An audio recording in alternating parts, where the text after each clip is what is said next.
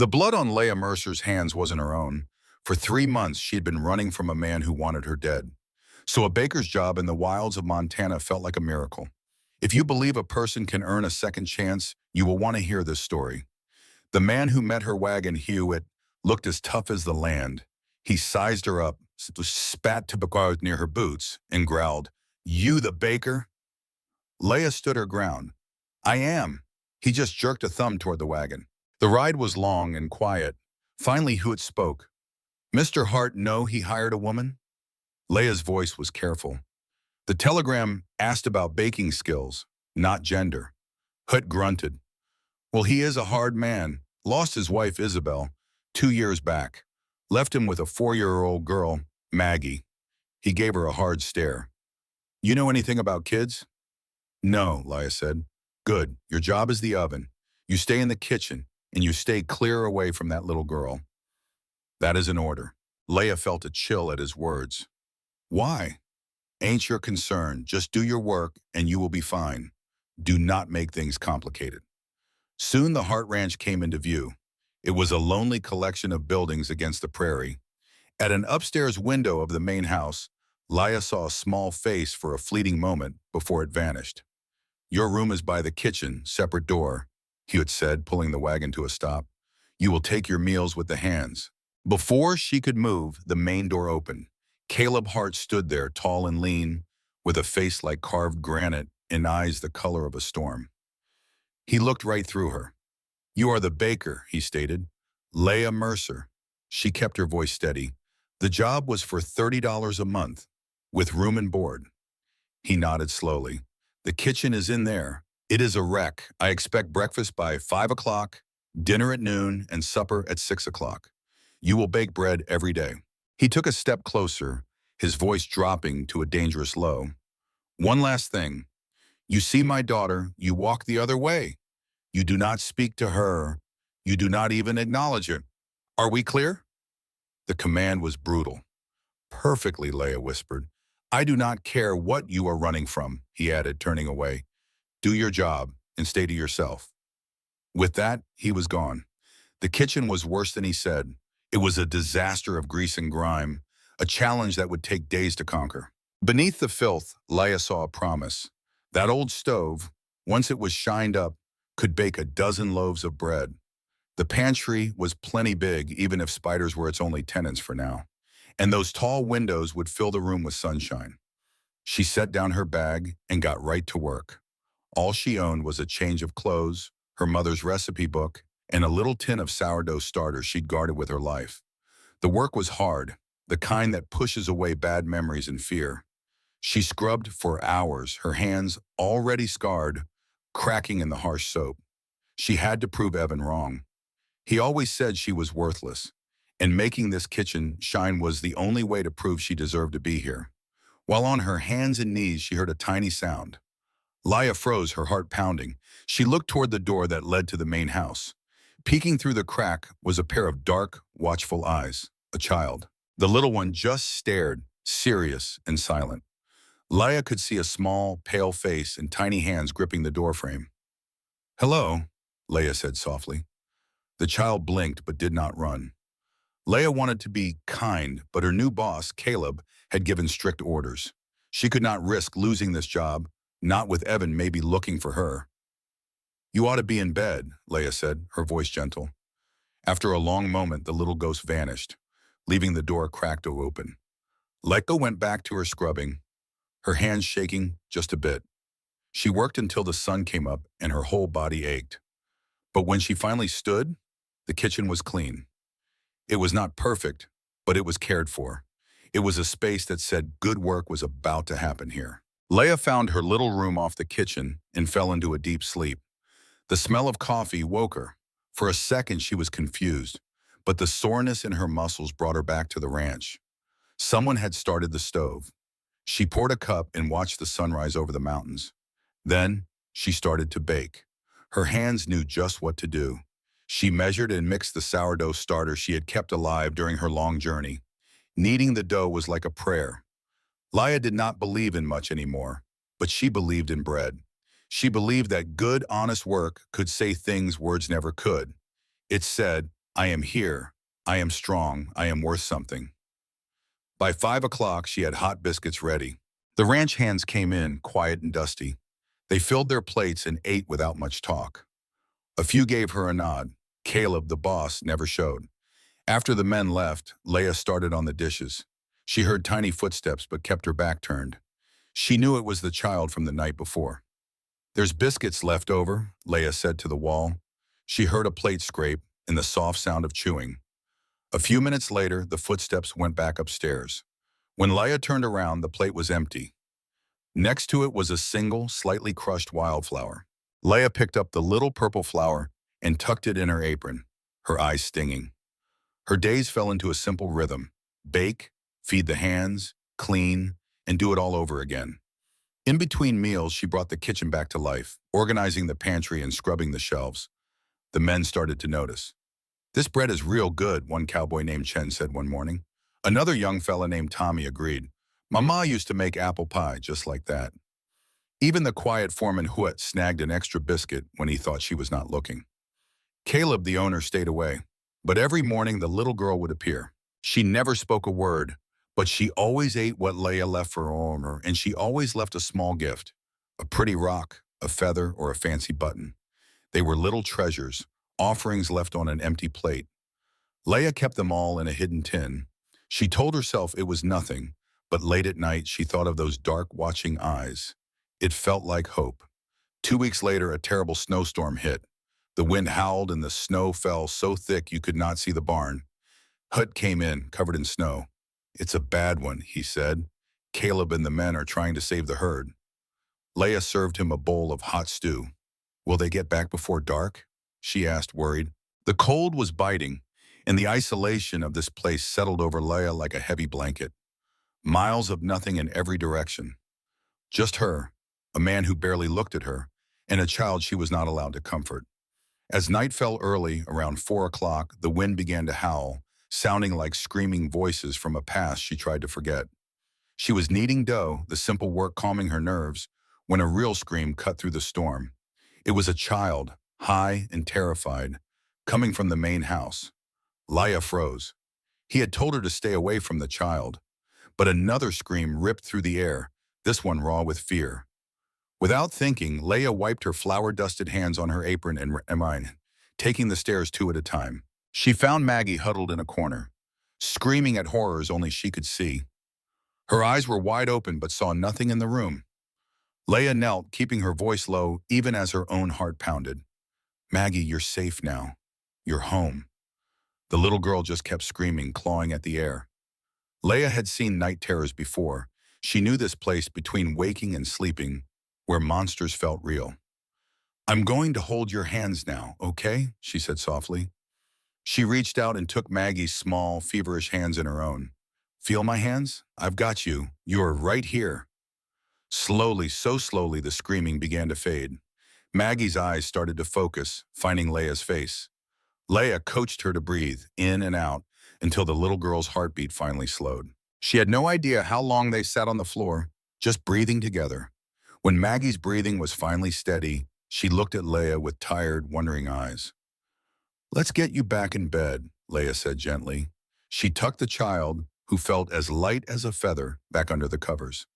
"I'll stay right here until you fall asleep," she promised. Maggie's small hand reached out and grabbed hers, holding on tight.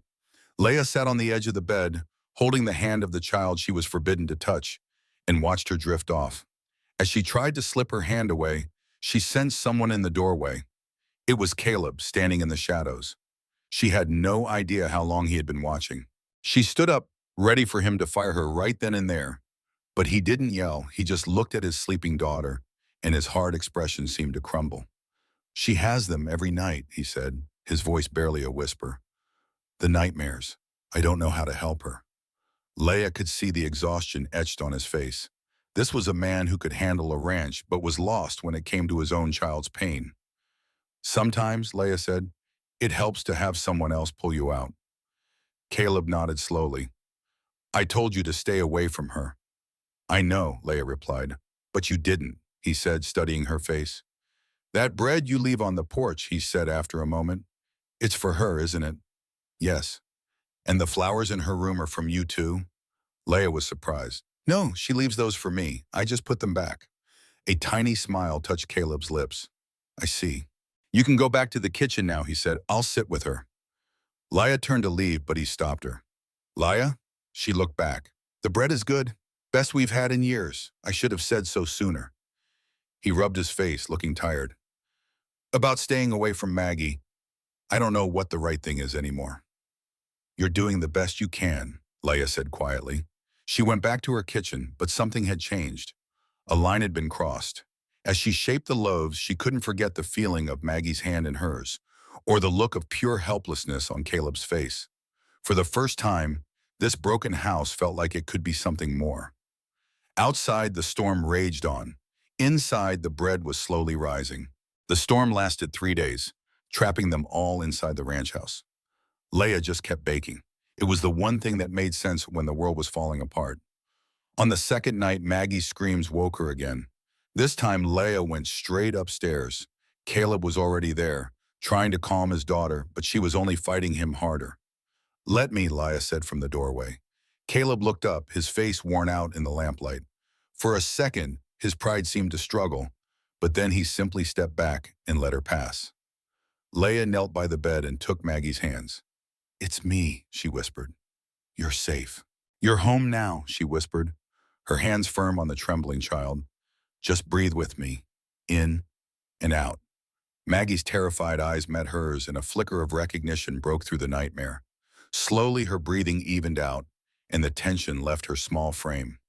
That's my brave girl, Leia said softly. Behind them, Caleb let out a ragged breath, a sound of pure grief and relief. Leia kept her focus on Maggie, waiting until the child's dark eyes were clear again. In this very room, Caleb's voice was barely a whisper. My wife, Isabel, died right here. A fever took her in 3 days. Leia's heart clenched. He continued, his voice heavy. Maggie was holding her hand. She was just 4 years old. Hasn't said a word since. That was 2 years ago. Caleb looked up, his gaze cutting through the dim light. I don't know if she even remembers how to talk. Oh, she remembers, Leia said with a quiet certainty. She's just waiting to feel safe enough to use her voice again. And you think you can do that? He asked, a desperate hope in his tone. I think knowing someone will come when you scream helps a lot, Leia said, and the way she said it told him everything. The man you're running from, Caleb stated more than asked. He hurt you. Badly enough that I will never go back. Caleb nodded slowly. Is he the kind of man who would come looking for you? Leia wanted to lie to make it easy, but Caleb deserved the truth. He is the kind of man, she said, her voice steady, who believes I belong to him. And he doesn't let go of what is his. He thinks I am dead, she said. And as long as he does, I am safe. Caleb grew tense. You faked your own death? She nodded. I ran while he was drinking. I made it look like I drowned in the Chicago River, leaving my coat and shoes behind. The papers reported a tragedy before he sobered up. She paused. He gave me no other choice.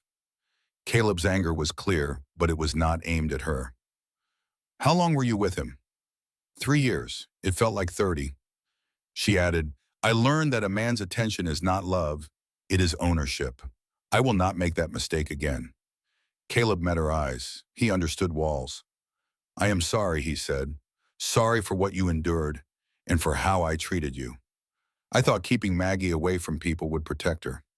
He looked at his daughter, his grief raw. It only made things harder. I am failing her.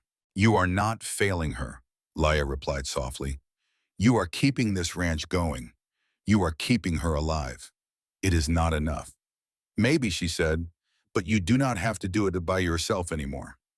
A heavy silence fell between them. Two broken people watching over a child as a storm raged outside. The bread, bread, Caleb finally said. I want you to keep leaving it. He moved to the door. And the nightmares. If you hear her, I will come. After he left, Leia thought about her new life. She came here to hide, but now she was becoming necessary. That terrified her, because being needed meant you had something precious to lose.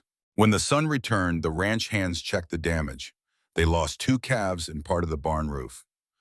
Could have been a whole lot worse, Hut said, sipping his coffee. Caleb just stared at the snow, tallying costs he could not pay. That afternoon, a rider appeared. Company, Hut said with a grim face. Looks like Pritchard's foreman. Caleb's jaw set hard. He and Hewitt went out to meet the man. Leia watched from the kitchen window as Caleb's hands clenched into fists. After the rider left, Caleb walked to the barn without a single word. What was that about? Leia asked Hewitt. Marcus Pritchard, the old cowboy said. He has been trying to buy this place for 2 years. Caleb will not sell. This ranch has been in his family for 3 generations, Hewitt continued. Caleb would rather die than sell to a man like Pritchard. He explained that Pritchard is powerful and does not take no for an answer. The foreman had made another insulting offer, giving Caleb until spring to accept. Haight looked at Leia with real fear in his eyes. The truth is, Caleb is buried in debt. He lost stock last winter, and his wife Isabel's medical bills nearly broke him. If we have another bad season, the bank will foreclose. Does Pritchard know that? Leia asked. You can bet on it, Hewitt said. He is just waiting for Caleb to fail, so he can buy this land for pennies on the dollar. Leia felt a cold dread. She had run from one predator only to find herself in the territory of another. Leia found Caleb in the barn. She'd heard about the trouble with Pritchard, and she wasn't about to lose another home. This isn't your concern, he said, not looking up from the mare's sore leg. It is if I'm about to be out of a job, she replied. He straightened up, his face lined with exhaustion. Truth is, I don't know what's going to happen. The bank wants its money. If I sell cattle to pay, I can't rebuild the herd. It is a dead end. Leia thought of the ranch hands. Do they know? Of course they don't know, Caleb's voice cracked. You think I don't lie awake every night thinking about those families? He looked defeated, and for the first time, Leia saw the man behind the wall he had built. Show me the books, she said, her voice firm. He stared at her. Why? Because I'm good with numbers, she said, and I need this place to stay afloat. So are you going to argue, or are you going to let me help? A flicker of respect crossed his face. The office. 20 minutes. As she left, he called out, Leia, why are you really doing this? She paused at the doorway. Because your daughter Maggie deserves to grow up in her mother's house. And maybe I am just tired of running. In the office, a photograph of a beautiful, smiling woman sat on the desk. That's Isabel, Caleb said quietly. When she died, it felt like the light went out on this ranch. Leia looked from the photo to the ledger he placed on the desk. The numbers were bad. They owed the bank $12,000, a mountain of debt that seemed impossible to climb. Leia got right to work. The hands, she started, offer them a share of the ranch instead of their full wages for now. Let them own a piece of what they helped save. Caleb frowned, but she kept going. We sell the young steers now. We will take a smaller price, but it will keep the bank away. That is a 3-year plan at least, he argued. Then we start now, she insisted. He stared at her, finally understanding. You are serious about this. I do not say things I do not mean, she said. Maybe I want to see if staying and fighting is possible after all. For the first time since she had arrived, Caleb Hart smiled. It was a small thing, but it changed everything. All right, he said. I am willing to try. They worked late into the night, putting together a plan that felt fragile, but was better than the despair he had felt alone. Back in her quiet room, Leia realized that she no longer wanted to disappear. She had come to this ranch to hide, but now she wanted to stay. She wanted to fight for this place, for these people. She finally had something worth protecting again. Leia realized that being seen and needed was a terrifying risk, but some things were worth fighting for. The next morning, Caleb called his 12 ranch hands into the barn. Leia listened from the kitchen doorway. I'm going to demonstrate with you, Caleb announced, his voice firm. This ranch is in bad trouble. I owe the bank more money than I have. If things do not turn around by spring, we will lose it all. A heavy silence settled over the men. Hutt waited, his face like stone. I cannot pay full wages anymore, Caleb said, but I am not asking you to work for free. I am offering you a partnership. You take less pay now, but you get shares in this ranch. If we save this place, Caleb told the ranch hands, you'll own a piece of it. 5%, split between all who stay. If you choose to leave, you'll get a month's wages and my thanks. This isn't your fight unless you make it yours. The men exchanged silent looks. Then Chen spoke up. My father worked his whole life to buy a piece of land and never did. This is the closest I'll ever get. I'm in. My family lost their ranch to a bank, Tommy added. I'm not watching it happen again. I'm in. One by one they agreed. In the end, 10 men stayed. They saw something in Caleb and in the land that was worth fighting for. Leah watched them, a feeling of hope stirring in her chest. She realized she had already made the same choice. That evening, Caleb sold off some cattle at a painful loss. The sale bought them a little time. Leah took over the kitchen, cutting costs with a sharp knife. She stretched every scrap of food, turning cheap cuts of meat into hearty stews. The meals were still filling, but they were survival meals. Tastes different, Hoot grumbled one night. Tastes like we're not starving, Leah shot back. He ate without another word. But little Maggie noticed. One morning her usual breakfast was just a single biscuit. She looked at the small portion, then up at Leah, her eyes full of hurt. Leah knelt down. I'm sorry, sweetie. We have to be careful for a little while. Maggie's lip trembled. Then she carefully broke the biscuit in two and held one half out to Leah. It was a gesture of such pure kindness, Leah had to fight back tears. The shared biscuit became a turning point. Maggie started spending her days in the kitchen with Leah. She remained silent, but she was a constant, helpful presence. Leah would give her a small piece of bread dough, showing the little girl how to knead and shape it. They found a rhythm, working side by side in the warm kitchen as the winter raged outside. Caleb would often stand in the doorway just watching them. He never spoke, but the look on his face, a mix of wonder and relief at seeing his daughter start to heal, was more powerful than any words. January hit with a brutal cold that made every chore a battle for survival. The work was endless and exhausting. By nightfall, the men were too tired to do anything but sleep. Through it all, Leah kept them fed and kept the coffee pot hot. At night, after Maggie was asleep, she and Caleb would sit at the kitchen table poring over the numbers, trying to figure out a way to make it through to spring. It felt like an impossible task. We're going to make it, Caleb would say, his voice more hope than fact. Leah would agree because trying was all they had left. Then, on a cold January morning, trouble finally rode in. Leah spotted them from the window, three hard-looking men on horseback. They weren't cowboys.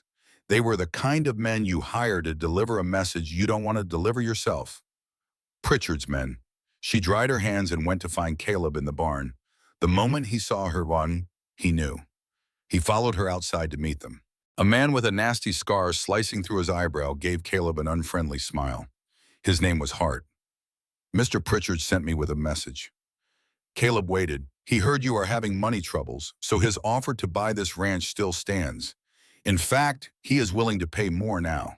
Caleb's jaw went tight. Tell Pritchard the answer is still no. Hart chuckled. That is not a smart move. Mr. Pritchard is losing his patience. He thinks you need a little convincing. It would be a real shame if something happened to this place. Barns can catch fire, you know. Caleb stepped forward, his hands clenched into fists, ready to fight. But just then, Howitt and half a dozen ranch hands walked out of the bunkhouse. Every single one of them was holding a rifle. Hart's smile faded. Looks like this conversation is over, Hewitt said. Time for you to go. Hart got on his horse. We will be seeing you again, Hart said, real soon. Then he and his men rode off. As the men left, Caleb's shoulders slumped. It's fixing to get worse, he said, his voice low. Hoot spat. We got numbers, and we know this land. They'll earn every inch. Caleb shook his head. They just need to hurt us enough to break me. Leah listened, a familiar dread coiling in her gut. It was the same old story, powerful men taking what they wanted. But this time she wasn't alone, and she sure wasn't running. We have to be smart, she said, her voice steady as a rock. Pritchard expects you to break. We won't give him the satisfaction. Caleb scoffed. Easier said than done. It's not easy, Leah agreed. It's necessary. What if we use our biggest weakness against him? What weakness? Caleb asked. That we're struggling, Leah said plainly. We put it out there for everyone to see. Folks love an underdog, especially one fighting a rich bully. Hoot frowned. You want us to advertise that we're failing? I want you to build support, she corrected. Make it so Pritchard can't make a move without the whole town watching. Caleb's expression shifted as he saw the logic. And, Leia added, a spark in her eye, we can make some money from it too. Caleb was lost. How? Bread, she said simply. I make the best bread in this territory. We sell it as frontier bread, made right here on a ranch that's fighting to survive. People don't just buy a product, Caleb. They buy a story. Caleb looked at her, then gave a slow nod. All right, Leia, we'll try it your way. Tommy immediately volunteered. I'll handle deliveries. I've got family in town who can spread the word. That night, Leia baked as if their lives depended on it. The kitchen filled with the warm, comforting smell of purpose. Around midnight, little Maggie came downstairs and silently watched Leia work. Soon, her small hands reached out to help. When the first loaves came from the oven, Leia tore off a warm piece for the child. Maggie ate it with the seriousness of a judge. Then a brilliant smile broke across her face. She held out her hand for more. That was all the answer Leia needed. Will this be enough to save our home? Caleb asked. Leia just gave him a look so certain it made you believe. They baked clear through to dawn, filling the kitchen with the smell of hope. When Tommy rolled up in his wagon, he just stared at all the bread. Well, I'll be, he muttered. We're really doing this. Leia gave him a price list. Start at the general store, then the hotel. And Tommy, tell them our story. Let folks know what they're fighting for. He returned that afternoon with a pouch full of coins. Not a fortune, but it was a start. The hotel wanted daily deliveries, and Mrs. Chen at the store bought 2 dozen. Tommy said she got teary-eyed remembering how her own family lost their land back in '79. She told him she'd be damned if she'd watch it happen again. That right there, it nearly broke Leia's heart. People can be decent. The good ones are, Tommy said. Word spread like wildfire. Soon, orders were coming in from 20 miles out. Leia was running herself ragged. Caleb, I need help, she admitted, covered in flour. I can't do this alone. Caleb looked at his daughter, Maggie, who was happily pounding her own little piece of dough. I think I know just the person. So Maggie became Leia's little shadow in the kitchen. She wasn't strong enough to knead, but she measured and greased pans, freeing Leia up for the real work. More importantly, she brought a quiet joy back into the house. Slowly but surely, the little girl began to mend. She stopped jumping at every sound and started sleeping through the night. She still didn't talk, but the fear in her eyes was gone, replaced by a soft, soundless laugh. Caleb watched the change in his daughter with a mix of gratitude and pain. He'd tried for 2 years to reach her. Leia, a stranger with her own ghosts, had done it in 2 months. I'm not trying to replace her mother, Leia told him one evening. I know, he said. You're giving her something I couldn't. He finally asked a question that had been hanging in the air. The man you ran from, does he know you're here? No, and he never will, if I have any say in it. But you're scared he'll find you. Her voice was barely a whisper. Every single day. Caleb's face hardened. If he shows up here, he'll regret it. You don't understand, she warned. He's a dangerous man. Then make me understand. And so she did. She told him how Evan Rourke's charm had twisted into something ugly and violent. She told him about the night Evan burned her arms with a poker from the fireplace just for talking to another man. She described how she'd saved pennies for months to plan her escape. He swore he'd kill me if I ever left, she said. I had to make him think I was already dead. When she finished, Caleb was quiet for a long time. Then he looked her square in the eye. If that man comes here, he dies. It's as simple as that. It's not simple. He could ruin you. Let him try, Caleb said, his voice like iron. You and Maggie are under my protection. I don't fail twice. Leia felt a warmth spread through her chest, something she hadn't felt in years. Protection. Hope. Her mind screamed danger, but her heart whispered that maybe, just maybe, this time was different. Just then Maggie appeared ready for bed. Caleb scooped her up, and as he carried her upstairs, the little girl looked back at Leia and waved. A small, simple gesture that meant everything. That night, for the first time in 3 years, Leia's sleep was peaceful. She dreamed of bread rising and a child's quiet laughter. But 200 miles away, a man named Evan Rourke read a newspaper story about a special baker in Montana. The article spoke of a woman with scarred hands who made magic with flour and water. A terrible smile spread across his face. The hunt was on again. The February thaw turned the roads to mud, but it couldn't stop the orders. Tommy now made his deliveries on horseback, his saddlebags filled with warm bread and his pockets heavy with coins on the ride home. The bread was a hit. Tommy returned with good news every evening. Mistress Patterson at the hotel says her guests have never been happier, he'd report, and the railroad foreman wants a standing order for his crew. The money was a trickle, but it was a start. It was proof their new fight was working. We need to expand, Leia told Caleb. I can't bake enough by myself. We should hire a woman from town. She paused, then added, and maybe we sell more than bread. We sell the story, offer tours of the ranch, let folks see what they're helping to save. Caleb stared at her. You want strangers walking through our kitchen? I do, she said. Every visitor becomes a voice for us. It's goodwill we could never afford to buy. You've got this all figured out, don't you? He asked, a hint of a smile on his face. I'm just trying to survive, she replied softly. The air between them felt warm until Maggie climbed into Caleb's lap. He held her with a fierce tenderness that made something ache in Laya's chest. She felt a dangerous hope, a feeling she thought was beaten out of her long ago. It was the hope of belonging right here with this man and this child. She turned away before he could see it in her eyes, but she could feel his gaze on her and wondered if he felt it too. Tommy's aunt, Sarah Chen, arrived ready to work. Raising 5 kids had made her tough, and Leia's kitchen didn't scare her one bit. Leia needed someone who could work 12-hour days without complaint. Sarah just smiled. She had been doing that for 20 years without getting paid. In 2 weeks, Sarah was handling half the baking herself.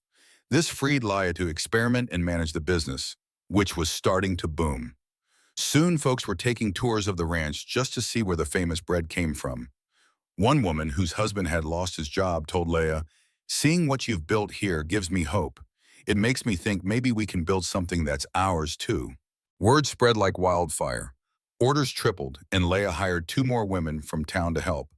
The ranch was buzzing with a new kind of energy.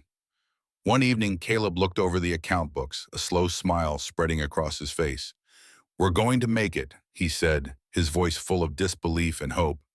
The bank payment is due in 2 weeks, and we have enough. Later that night, long after the others had gone to bed, they sat in the warm kitchen. I was drowning before you came here, Leia, he said quietly, taking her hand. You gave me something to fight for. I just gave you bread recipes, she whispered. No, he said, his grip tightening. You gave me hope. His scarred thumb traced gentle circles on the back of her hand. I am starting to think maybe being terrified is better than being numb, he said, his voice low. But before she could find her words, the thunder of a horse's hooves shattered the quiet night. A young man from the telegraph office slid his horse to a stop, his face pale in the moonlight. Mr. Hart, he panted, handing over a folded piece of paper. A telegram came through, marked urgent. Leia's blood turned to ice. She knew only one person who would send a telegram from Chicago. Evan. Her hands trembled as she unfolded the paper. The words were a punch to the gut. Found you. Stop. Coming for what is mine. Stop. Her vision blurred. The nightmare was catching up to her. I have to leave, she choked out, handing the message to Caleb. His face turned to stony as he read. The hell you are, he growled, his eyes blazing with a fire she had never seen. He will have to go through me first. You are not running anymore. Do you hear me? You do not know him, she pleaded. You do not know what he will do. Then tell me, Caleb demanded, his voice firm. So, standing in the cold March night, she told him everything.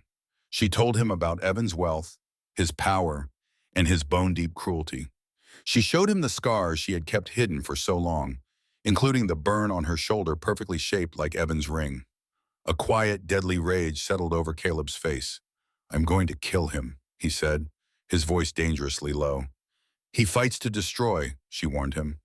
So do I, Caleb shot back, when someone threatens what is mine. The law will not help me, Leia said, her voice hollow.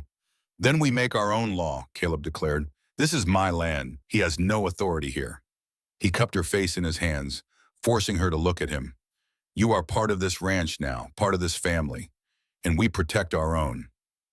At dawn, they gathered all the ranch hands in the barn. Leia stood beside Caleb, her chin held high as he explained the situation with brutal honesty. A man is coming who means to hurt Leia, he said, his voice echoing in the quiet barn. He is rich and powerful, but this is our home and she is one of us. I am not ordering you to stay, but I am asking you to stand and fight. Caleb's voice cut through the cold barn air. I'm asking you to fight. This isn't your battle unless you make it yours. The ranch hands exchanged quiet looks. Then Heat spoke up. Her bread is too good to let some city slicker mess things up. Chen gave a firm nod. My people know all about rich men who think they own folks. We are in. One by one, they all agreed. Even the kitchen women stood ready.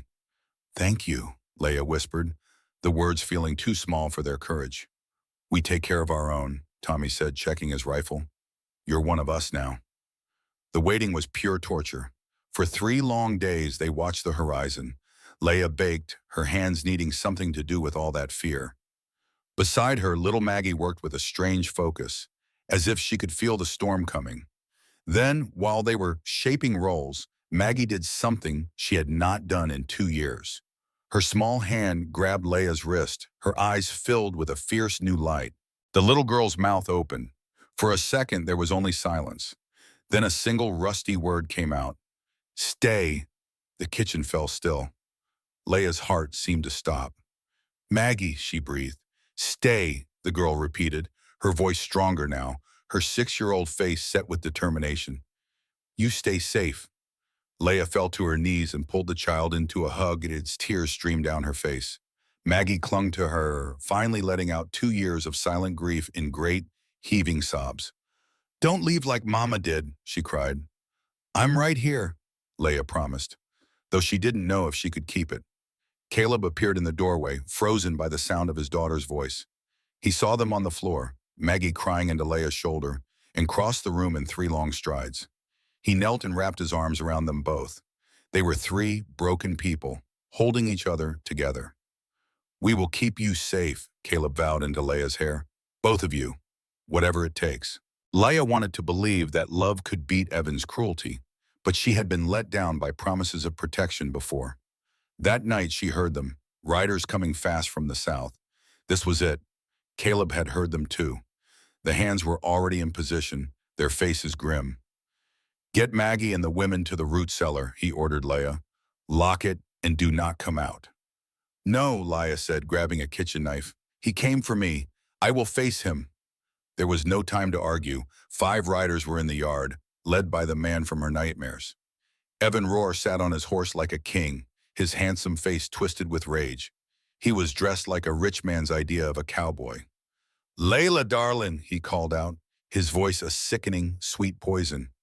There you are. We were so worried. Get off my land, Caleb said, his voice flat and cold. Evan barely glanced at him. You must be the rancher. I am Evan Rohr, and I am here to collect what is mine. Nothing here belongs to you, Caleb shot back. Oh, but she does, Evan said, pointing at Leia. That woman hiding behind you is an investment I paid for. I'm just here to get my property back. Leia felt the fury rising in Caleb and stepped out from behind him. I am not your property, Evan. I never was. Evan smiled a smile that made her blood run cold. Sweetheart, you will always be mine. I made you. He and his 4 men dismounted. Now be a good girl and come along. We can talk about your punishment on the way back home. She is not going anywhere with you, Caleb stated, his voice deadly serious. And who are you, Evan sneered, the man who is going to put you in the ground if you do not leave right now? Evan laughed. You? A dirt poor rancher? You cannot threaten me. I have more guns and more money than you will ever see. Now step aside. No, Leia said, her voice clear. I would rather die than go back with you. A dangerous glint appeared in Evan's eyes. That can be arranged. His hand went for his gun. Caleb was fast, but one of Evan's men was faster. A gunshot cracked through the night. Leia watched in horror as Caleb staggered back, a dark stain spreading across his shoulder. She screamed as Evan grabbed her arm, his grip like iron. See what you make me do, he hissed. The ranch hands raised their rifles, but they were trapped. A single high-pitched scream from the house froze everyone. It was Maggie. The little girl was supposed to be in the cellar, Safe. But she had heard the shot and was now running across the yard in her nightgown. "Lila, do not go," she cried with her newly found voice. Evan's grip loosened for just a second, and Leia ripped her arm free. She caught Maggie, wrapping her arms around the small, trembling girl. "I have got you," she whispered fiercely. Evan stared at them, a calculating look on his face. "Well now, this is interesting. You have gotten attached." "Oh, I'd leave her out of this," Leia pleaded, pushing Maggie behind her. "This is between us." "Darling," Evan said, taking a step closer, his eyes glittering with pure evil.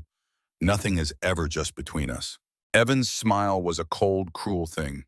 "Come with me now, and I'll let them live. Fight me, and I'll burn this place to the ground." Leia felt Maggie's small hands clutching her skirt, felt the terror coming off the child in waves. She looked at Caleb, bleeding in the mud, but his eyes still on her. She felt the weight of everyone who had stood with her. Then she made her choice. "No, The word was quiet but unshakable. Evan's face twisted into a mask of pure rage. "What did you say?"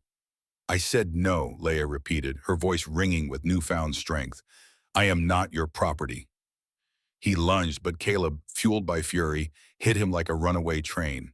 As Evan's men moved to help, they found themselves facing 12 rifles. "I wouldn't," Hutt said calmly, his aim steady. The hired guns froze. They were paid to be bullies, not to die in the Montana mud. Evan may have learned to fight in some fancy academy, but Caleb fought with the grit of the open range. He drove his fist into Evan's gut, fueled by pure, raw hatred. "You don't touch what's mine," Caleb growled between strikes. Evan landed a lucky punch, splitting Caleb's lip, then lunged for his pistol.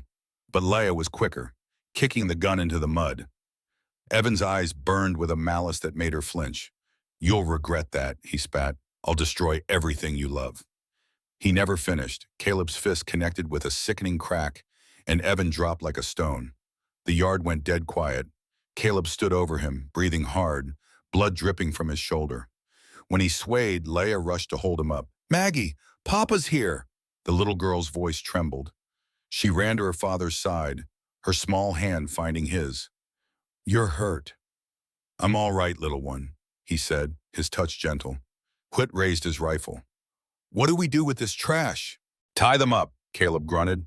"The marshal and Silverbridge can deal with them in the morning." Leia shook her head.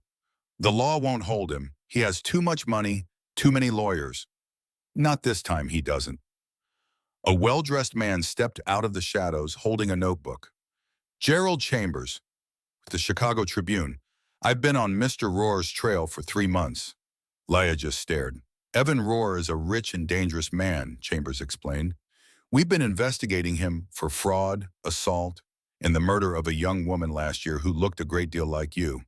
When you were reported dead but no body was found, I figured you were smarter than he thought." He nodded toward Evan. "I have 3 years of evidence against him. Witnesses, financial records, and now this. Attempted kidnapping gives the federal authorities jurisdiction. His Chicago lawyers can't save him now." A flicker of hope, terrifying and bright, sparked in Leia's chest. "You can truly put him away?" she asked. "Absolutely," Chambers said with a grim smile. "Threatening a child, kidnapping across state lines. He'll be an old man before he sees freedom again. The Tribune loves taking down rich men who think they're above the law." Just then, Evan groaned and his eyes fluttered open. He saw Chambers, and for the first time, pure fear crossed his face. "You," he rasped. "Hello, Evan," Chambers said calmly. "The federal marshal is waiting for you in Silver Ridge. I believe they have a lot of questions about your business." "This is entrapment," Evan choked out. "No," Chambers replied. "This is justice." He turned to Caleb. "Mr. Hart, I'll need a formal statement from Miss Mercer tomorrow." Caleb just nodded, nearly falling. "He needs a doctor," Leia said, her voice tight with worry. They got him inside. The bullet had gone clean through his shoulder. It was a lucky shot, but it bled something awful. "You're lucky," Leia whispered, pressing a clean cloth to the wound. "Doesn't feel lucky," he managed, even giving Maggie a small smile. "Don't joke," Maggie said, her voice growing stronger. "You could have died." "But I didn't," Caleb said. "And neither did Leia. That's what matters." While the hands tied up Evan and his men in the barn, Leia cleaned Caleb's wound with whiskey. You fought for me, she said softly. Of course I did, he answered, catching her hand. You're part of this place now, part of my life, and I protect what's mine. He looked straight at her. It's your choice. You can leave tomorrow, and I'll help you get somewhere safe. But if you stay, I want it to be because you want to be here with us. I want to stay, she whispered, the words full of truth. I want this life, this family. She took a breath. I want you. Caleb's good hand cupped her face, his thumb gently wiping away a tear. Leah Mercer, I'd be honored to have you. All of it, she said, laughing through her tears. I want all of it. He kissed her then, a kiss that was gentle and full of promise. Maggie wrapped her arms around them both, a small, unbreakable circle of three. Does this mean Leah's staying forever? She asked. Caleb looked at Leah, his eyes full of love. If she wants to. I want to, Leah confirmed, pulling Maggie into the hug. Forever sounds just right. The next morning, they all went to Silver Ridge. A no-nonsense federal marshal named Catherine Ross took their statements and reviewed Chambers' evidence. Don't you worry, she told them, her voice like iron. Evan Rohr's days of buying his way out of trouble are over. You'll need to testify, Miss Mercer. Leah stood tall. I can do that. The thought of facing Evan in a courtroom was terrifying. But Leah was not alone anymore, and that gave her strength. I can do this, she said. Marshal Ross looked at her with a fierce determination. Good, she replied. I promise he will never hurt you again. The trial took place in April. The courtroom was packed with people who wanted to hear the story. Leah took the stand and told the whole truth. She spoke of the terrible abuse and the night she faked her own death just to escape. Evan's lawyers tried to call her a liar, but the jury saw the truth in her eyes. It took them less than 3 hours to find him guilty. Evan Rourke was sentenced to 20 years in federal prison. As the guards led him away, he stared at Leah with pure hatred. But for the first time, she was not afraid of him at all. Even from a distance, Evan's hate was a palpable thing, but it couldn't reach her now. With Caleb's hand in hers and Maggie holding on tight, she was finally safe. They married that June, right in the kitchen where their story began. It was a small affair, just family and a few folks from town, but it was everything. When the preacher declared them husband and wife, Maggie's cheer was the loudest. We're a real forever family now, she told everyone. Leah corrected her gently. We already were. This just makes it official. Then Maggie asked, does this mean I can call you Mama? The ranch flourished that summer. Leah's bread business boomed, and Caleb's investments paid off. Soon, the bank was paid in full. When Pritchard sent a man with another offer, Caleb gave a simple answer. This ranch is not for sale, not now, not ever. Winter returned, but this time it found them ready, with full pantries and a warm kitchen that had become the heart of the community. One morning, Maggie burst into the bedroom, her face alight with a huge grin. Mama, come quick! Something's happening! Leah found Caleb in the kitchen and followed Maggie's excited pointing toward the window. The yard was filled with at least 50 people, all carrying tools and lumber. What in the world? Leah breathed. Caleb wrapped his good arm around her. It's a barn raising, honey. I mentioned to Hewitt we needed a new one, and I guess he told the whole county. Turns out when you build something good, folks want to help you keep it going. Tears filled Leah's eyes as she watched their neighbors and friends get to work, raising the frame of a new barn. By sunset, its skeleton stood against the sky. Tomorrow the roof, he'd announced. Someone shouted, what color we painting it? Maggie answered without a second thought. Red, bright red, like Mama's bread crust. Everyone laughed, and they decided right then to call it the bread barn. That night, Leah stood in her kitchen, thinking how much had changed in just 1 year. She had arrived with nothing, running from a nightmare. Now she had a home and a family. She wasn't just surviving anymore. She was truly living. Penny for your thoughts, Caleb said, finding her by the stove. Just counting my blessings, she replied, turning to face the man who had fought for her. I love you. I don't think I've ever said it right. You've shown it every single day, he said, pulling her close. But I sure do like hearing it. I love you, she said again. I love this life we've built. Good, he whispered, because I love you so much it scares me sometimes. He kissed her, long and deep, and she felt the last of her old wounds finally begin to heal.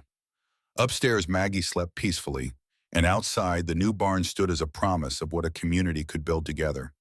In the kitchen, the dough for the morning's bread was already rising.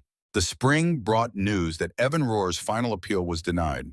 He was sentenced to 20 years in prison, with no chance of parole. When Leah read the telegram, the last shadow of fear lifted from her heart. "It's really over," she told Caleb. "I can finally stop looking over my shoulder." She was free, and that summer she found out she was pregnant. Maggie was thrilled about being a big sister, while Caleb was a bundle of nerves. "I've never seen a man so scared of a tiny baby," Hit joked. Leah gave birth to a healthy boy that October. They named him Daniel. Maggie appointed herself his protector, telling everyone, "You have to be gentle. He's my brother." The years passed, filled with the simple, beautiful rhythm of family, hard work, and fresh-baked bread. Their family grew with a son, Daniel, and then twin girls named Emma and Grace. The ranch prospered and Leah's bread barn became legendary. But she was doing more than just selling bread. She was giving people hope.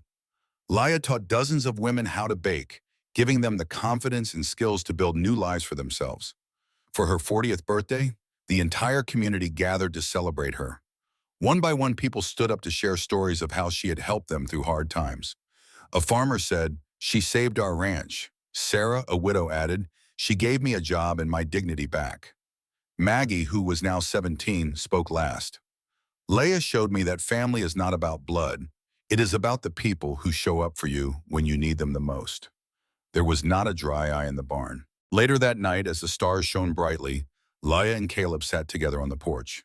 "Do you have any regrets?" he asked, taking her hand. Leah thought about the scared, broken girl she used to be. Then she thought about the strong woman she had become, surrounded by a loving family and a community she helped build. "Not a single one," she said softly. "Every hard road led me right here to you." They laughed together. After 20 years of marriage, they did not always need words to understand each other. Just then, a light flickered on in the kitchen. Through the window, they could see their friend, Daniel, quietly practicing how to shape bread dough, just like his mother had taught him. The family tradition was in good hands. Leah watched Daniel work the dough, his hands moving with a steady, familiar rhythm.